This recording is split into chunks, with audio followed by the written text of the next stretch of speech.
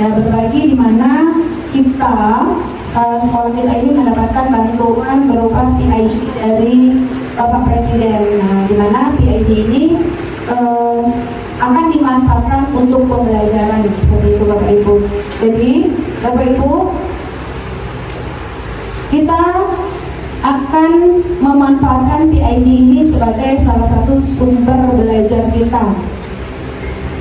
Nah, jadi PID kita ini sama-sama kita ketahui adalah bantuan dari pemerintah, ya Bapak Ibu ya. Nah, di sini bermerek Hisense, di mana pada PID ini dia berukuran layarnya 75 inci, dan di sini ada tombol daripada on off-nya, dan di sini terdapat ada sambungan di mana kita bisa menggunakan HDMI sebagai alat bantu untuk menyambungkan pada layar PID kita. Nah, selain itu juga Bapak Ibu, tidak hanya bisa memakai kabel HDMI, kita juga bisa langsung mengonekkan daripada laptop ataupun gawai Bapak Ibu menggunakan barcode di sini yang akan Bapak Ibu download atau QR seperti itu Bapak Ibu ya. Bapak Ibu bisa menggunakannya ya ketika Bapak Ibu ingin berbagi layar, misalnya kita mengadakan pelatihan atau IHT. Ketika Bapak Ibu ingin menampilkan performa punya Bapak Ibu bisa langsung dari tempat duduknya langsung menggunakan QR atau mendownload dari Hisense ini sendiri ya Bapak Ibu ya, seperti itu. Nah, tentu saja Bapak Ibu ada aturannya Bapak Ibu. Apa aturannya? Aturannya Bapak Ibu harus memiliki WiFi yang sama. Jadi tidak boleh dengan WiFi yang berbeda. Jadi kalau di sini kita punya camar, harus Bapak Ibu memakai camar semua agar bisa terhubung ke PID yang ada di depan seperti itu. Nah, selain itu Bapak Ibu ada juga yang namanya fitur papan tulis, di mana fitur papan tulis ini Bapak Ibu bisa dimanfaatkan lebih dari satu orang seperti itu. Nah, kita klik dulu di pengaturan. Ini ada banyak tulis ya. Nah, ketika di posisi dihidupkan, maka nanti kita atau anak-anak bisa menulis yang maju itu lebih dari satu orang. Ada yang mau praktek mungkin ke depan? Ya, boleh Adi, silakan. Dihapus dulu ya Di. Oke. Ayo silakan Pak Gusti. Mungkin Pak Gusti di sebelah sana, Pak Ais sebelah sini. Ya. Oke. Ya, dihapus. Silakan Pak Gusti. Oh, tahu Pak Gusti begitu teknik hapusnya. Ya, kalau Pak Ais tadi kayak gini-gini ya. Oke, coba ditulis lagi, coba pendampingan menulis. Ya, silakan pendampingan menulis. Oh, Pak Gusti mau warna kuning, silakan. Oke, Adi P. Pak Gusti, silakan. Oh iya, saya. Oke, terima kasih. Ya. Jadi Bapak Ibu, manfaatnya seperti ini ya ketika kita menggunakan papan tulis seperti itu. Bisa di ini ya, sejauh ini, Bapak Ibu? Bisa. Pintar semua memang guru SMP Negeri 30 ini luar biasa. Kalau tadi Pak Adi satu-satu, kalau saya tangannya banyak-banyak aja. Iya, oke. Selain itu Bapak Ibu, kita bisa juga di sini menyimpan dan lebih dari satu halaman. Nah, misalnya ini saya buat tanda tangan di halaman pertama, misalnya. Ya, seperti ini ya. Oke. Nah, terus saya mau nambah lagi halamannya. Cukup diklik yang plus saja. Ya, saya buat lagi. Adi dan saya. Saya mau lagi nambah halaman selanjutnya. Tambah lagi. Siapa di sini? Anis. Ya, karena saya cewek, jadi saya sebutnya cowok. Ya, jadi Bapak Ibu yang lihat di sini. Nah, kita cek. Nah, ada Anis, ya. Ada Adi, ada tanda tangan saya. Nah, itu Bapak Ibu ya fungsinya ya Bapak Ibu ya. Oke, Bapak Ibu ini semuanya sudah pintar, saya yakin bisa memanfaatkan ini. Kemudian Bapak Ibu yang tidak kalah pentingnya itu adalah PID ini dilengkapi dengan yang namanya Google. Nah, di sini Bapak Ibu ya.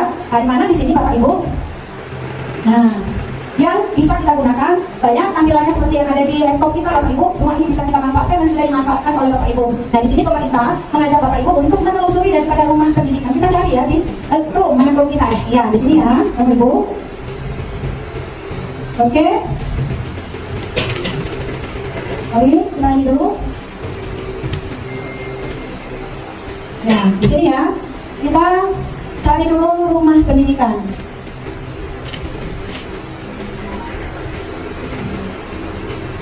Ini sudah tampil ya Bapak Ibu ya, rumah pendidikan. Nah, kita klik saja.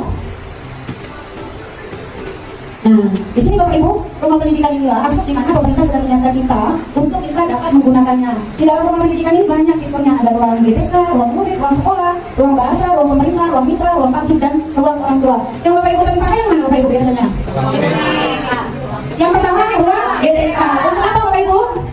Pengelolaan kinerja. Pasti ya Bapak Ibu kan semua mengunjungi di sini. Dan yang ini mungkin ya ada yang sudah memanfaatkan, tetapi ada yang belum juga. Kita klik bersama-sama yaitu ruang murid, Bapak Ibu. Nah, di sini ruang murid ini yang memang harusnya familiar dengan kita semua, karena di sinilah tempat sumber banyak sekali sumber belajarnya. Kita klik ya ruang muridnya Bapak Ibu.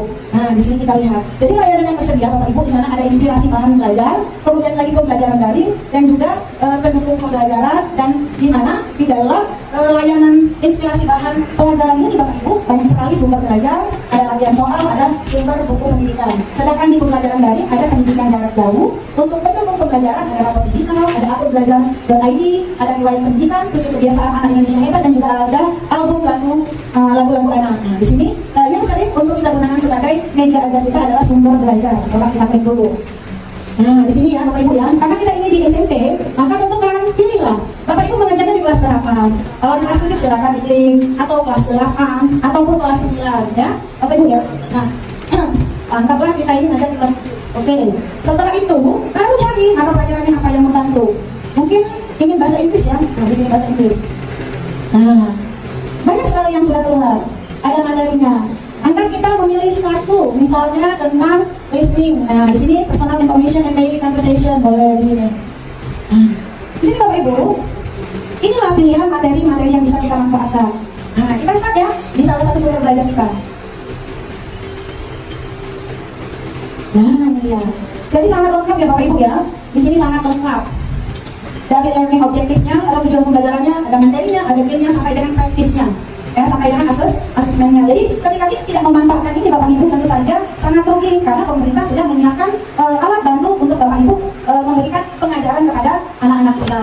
Oke, mungkin satu orang lah saya ingin maju, mungkin melihat sekilas tentang materi yang Bapak Ibu punya. Silakan, mungkin ada yang mau mencoba?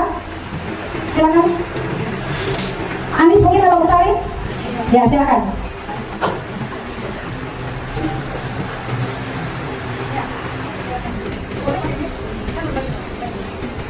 Oke, Bapak Ibu sekalian, jadi di sini saya akan mencoba mencari sumber belajar, tapi materinya IPA, karena kebetulan saya guru IPA, begitu.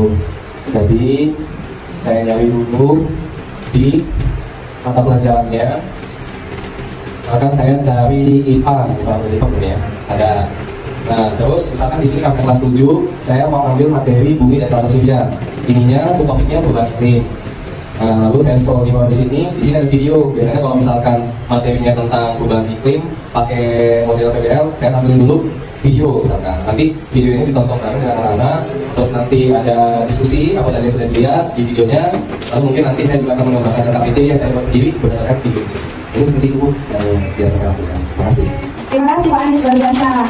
Berarti saya yakin guru-guru di SMP 30 ini sudah memanfaatkan PID, namun mungkin lebih kita fokus lagi pada sumber belajarnya, yaitu ruang murid ya. Lebih kita fokuskan kepada ruang murid, karena Bapak Ibu pemerintah sudah memfasilitasi kita, jadi sangat baik bagi kita untuk memanfaatkan apa yang sudah diberikan oleh pemerintah ya. Mungkin itu saja sesi saya hari ini. Terima kasih banyak. Assalamualaikum warahmatullahi wabarakatuh.